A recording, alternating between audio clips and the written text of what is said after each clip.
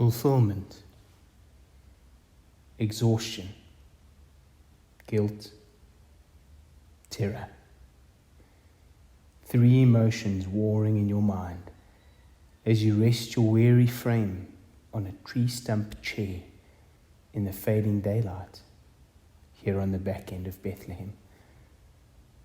Leaning heavily on your elbows, you stare at your feet, which seem to have sought out the shelter of the tattered, muddy fringe of your robe. They are in an appalling state. Your skin and sandal leather are caked in so much dry mud and dust that it is difficult to tell where skin ends and leather begins. Your toenails are mostly black, caked in dry blood. You lift your right foot and inspect your heel. Fresh, red blood droplets form in the deep cracks. It was a long walk. Your mind drifts back into the past week. Always, you've preferred to avoid the journey from Nazareth to Jerusalem and, of course, Bethlehem. Apart from the feasts, you would rather skip out on the long, hot, dangerous, and expensive gauntlet. This particular trip was especially ill-timed and unneeded. Stupid Romans. You recite a stanza from the Psalms in honor of the emperor. O God, break his teeth in his mouth. Tear out the fangs of that lion, O Lord. Let him vanish like water that evaporates. These blasphemous emperors. They are taken with the notion that they are divine. The Holy One ought to burn them with fire. Caesar Augustus was recently taken by the idea of counting his sheep, and so he issued a decree that every man must return to the town of his ancestry and be counted. It was that simple. One innocent idea, and your world was plunged into chaos. With no small sense of urgency, you packed up your life, your new and pregnant wife, loaded them all onto an expensive donkey which you did not want to buy, and commenced the burdensome journey back to the city of David, your ancestor. And to what end? Tax. All in service of the coffers of Rome. Images from the journey flash through your mind. Hoisting a very expectant Mary onto the donkey for the first time. That was funny, actually. Motivating the donkey to move for the first time. That was not so funny. Catching fish in the River Jordan, cooking them over the fire at night, and waking up to do it again, day after day for 8 days. And you remember Mary's face.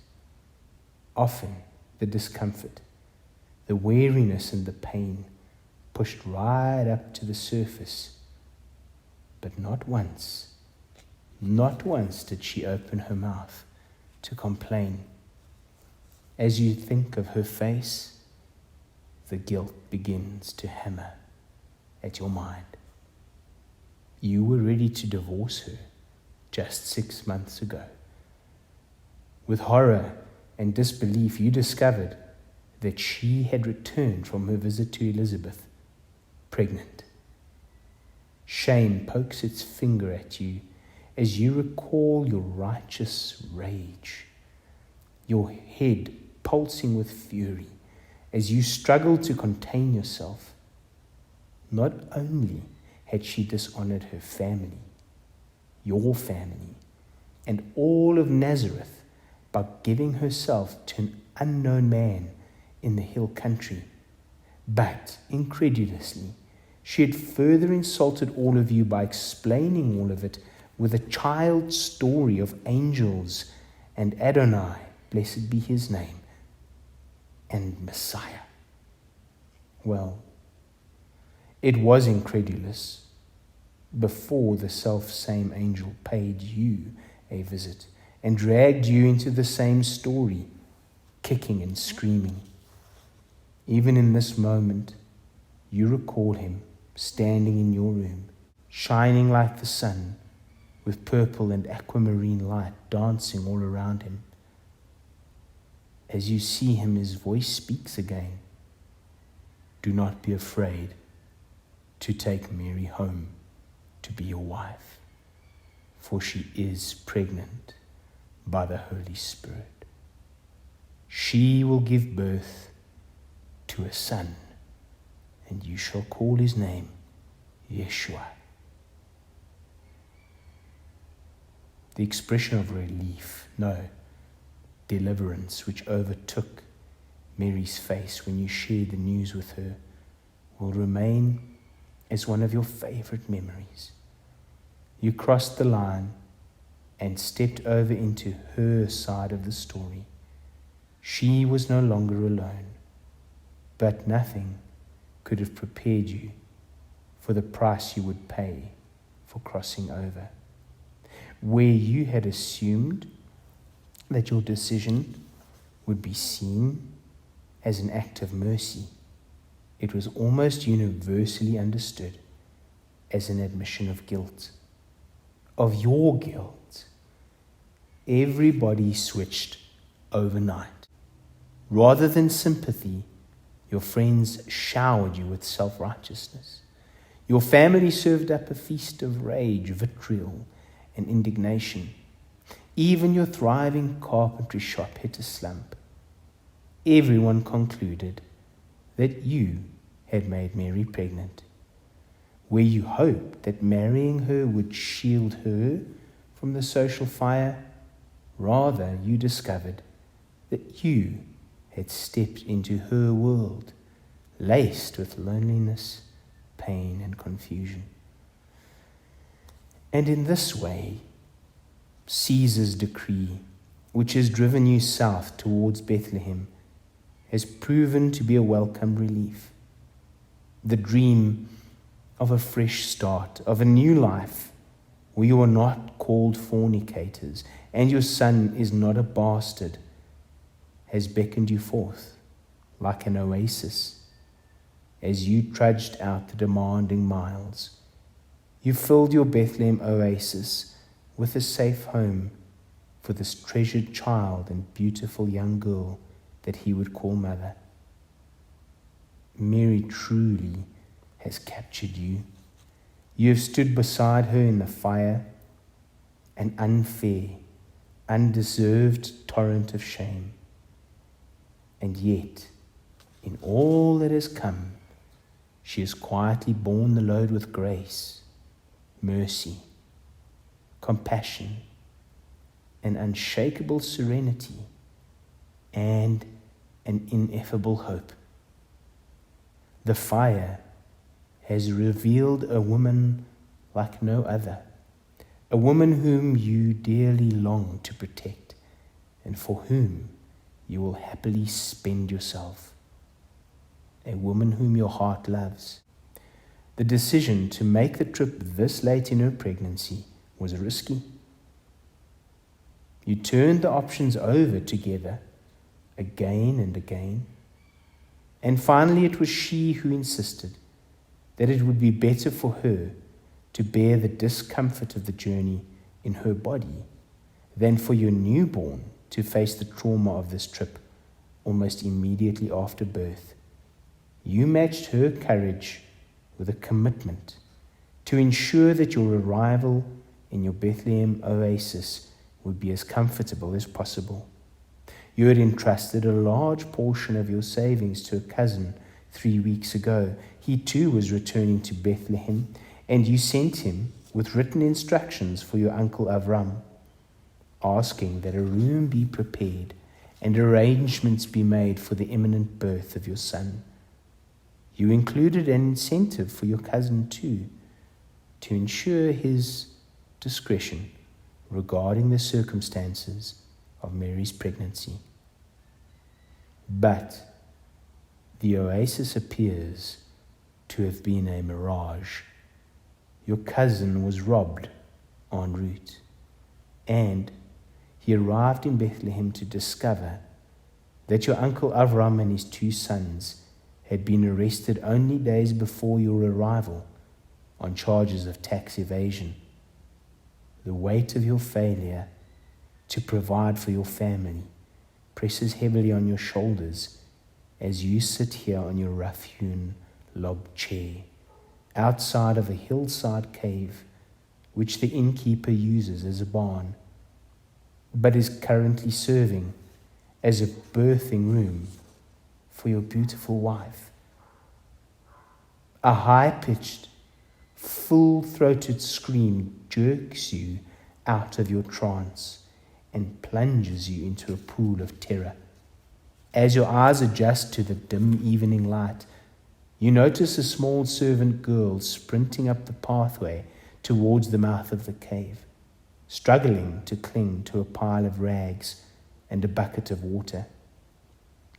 Your instinct is to help, but she passes you by as if you are invisible and hurtles into the orange-lit barn. It takes every ounce of self-control that you can muster to resist following her in. All of your being wants to run to Mary's aid. You stand. Pain surges up your legs from your broken feet. Your back and shoulders reply with stiff muscles. You push yourself to pace up and down the dusty pathway.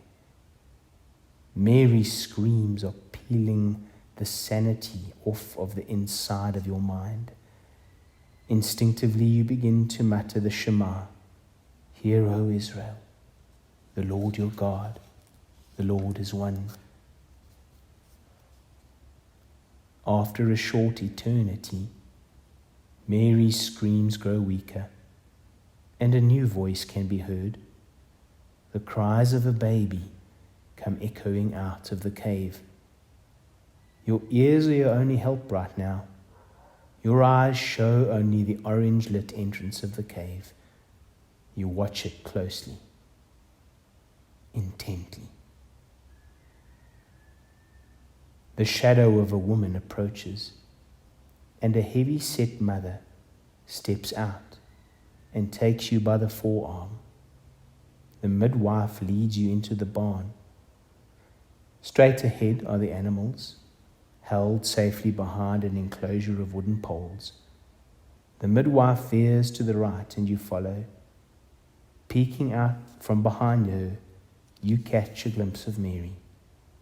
Even in this dim light, she is pale and radiant. Long strands of black hair are matted to her face with perspiration. She rallies her strength to smile at you. As you lock eyes, a great tide of emotion rushes up from your chest. She is holding a parcel to her chest. It's him, the Messiah, Jesus, the one whom people will call your son. You move towards her, tenderly placing your hand upon her shoulder as you lean in to see his face. He is laying on her breast, his head turned to the side. You gaze upon his face as he rises and falls to the rhythm of Mary's breathing. Come, come, says the midwife. A new father must see his son. She picks the baby up. He still has white vernix on his head, and he is tightly wrapped in strips of light brown cloth. She hands him to you, careful to ensure that your bent elbow supports his neck. He squirms a little and scrunches his face, but he quickly settles as you cradle him. He is lighter than you expected. Instinctively, you begin to shift your weight from one foot to another in order to gently rock him. You gaze at his face and your eyes meet. The same reservoir of emotion which filled your chest moments ago surges again and bursts its banks. You heave out a loud gasp as tears well up in your eyes. You are overcome. Without warning, the angel's words fill your mind. She will give birth to a son, and you are to name him Yeshua, Savior, for he is destined to save his people from their sins. You sniff deeply, trying to manage your tears, and as you do, the smell of the animals pierces your consciousness. You look up at Mary, propped up against a bale of hay, and guilt lays its icy claws into your spine. It rips into your flesh as you stare at your failure. It was yours to protect and to provide, and here you are, welcoming God's own Son into a cave that reeks of urine. Excuse me, sir. Your thoughts are interrupted by a voice from behind you. You turn around to see a shepherd standing in the mouth of the cave, thin, grey-haired, and as penniless as a pauper. He speaks. I'm so sorry to trouble you, sir, he stutters. My name is Absalom. We were wondering. He gestures to the mouth of the cave, and 5 more shepherds creep into the light like mice. We were wondering if by any chance there was a newborn baby here. You cast a glance back at Mary. She seems shy and uncomfortable with the uninvited guests. You turn to the shepherds. Hesitantly, you answer, yes, this is my son. He was born during this very watch. It's true then, blurts the youngest of them all, a blonde-haired lad of about 8 years. It's just like the angel said. Shh! One of the others reprimands him and slaps him on the head. Angel, you ask. You glance back at Mary once more. She's listening closely. Did you say angel? Yes, sir, the old man splutters. A fat shepherd elbows his way in with an animated recount. Well, it was a whole host of angels. He steps out of the shadows and takes the floor. We were out in the field, enjoying the spring air and watching over the lambing ewes, when suddenly, bam, the whole sky lights up. There's this great flock of angels and they're all singing. And then this big one comes forward. He comes way up close and he gives us a message. He turns to the old shepherd who nods him onwards. He told us to come here and find you lot. He said you'd be in a barn. He said you'd have a baby. His eyes have locked onto Jesus, and he's drifting closer and closer, as if drawn by an unseen force. He falls silent, and without warning, he crumples to the floor in silent heaving sobs. Finally, the old man speaks,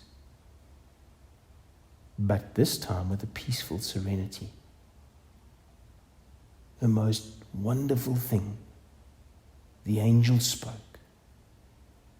was that this baby is the one. He is Messiah.